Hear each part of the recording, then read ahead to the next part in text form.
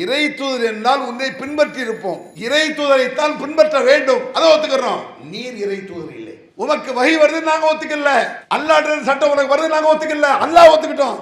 அல்லாஹ் உன்னை தூதராக்கணும் நாங்க ஒத்துக்கல. என்ன ஒரு லாஜிக் பேசுறோம் தெரியுதா உங்களுக்கு?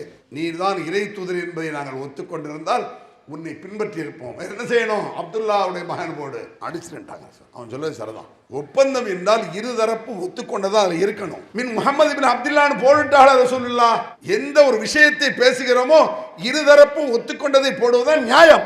அதை ஒத்துக்கொண்ட நபிகள் நாயகம் ஸல்லல்லாஹு அலைஹி வஸல்லம். இப்ப யோசிச்சு பாருங்க, மக்கா காவிர்கள் இறை தூதரை ஒத்துக்கொள்ள வேண்டும், ஆனால் நீர் இறை தூதர் இல்லை. நம்ம மக்கள் முகம்மதை இறை தூதர் ஒத்துக்கிட்டான், ரசூலுல்லாஹ் பின்பற்ற மாட்டாங்க. அவன் இறை தூதரை பின்பற்றோம், நீர் இறை தூதரை இல்லைன்னா 200 கோடி முஸ்லிம்களை ஒத்துக்கிட்டான் முகமது ரசூலுல்லாஹ். அஷ்ஹது அல்லா இலாஹ இல்லல்லாஹ் சொல்லிட்டு அஷ்ஹது அன்ன முஹம்மது ரசூலுல்லாஹ். எல்லா ஜமாத்லயும் உலகத்துல எல்லா பள்ளியும் 1000 பிரிவு இருக்கட்டும், இதை ஒத்துக்கிட்டான். முகமது ரசூலுல்லாஹ்னு ஒத்துக்கிட்டிய, அவரை பின்பற்றதுக்கு என்னடா கஷ்டம்? அவர் சொல்ல கேட்கறது கஷ்டமா? அவர் பின்னால போறது கஷ்டமா?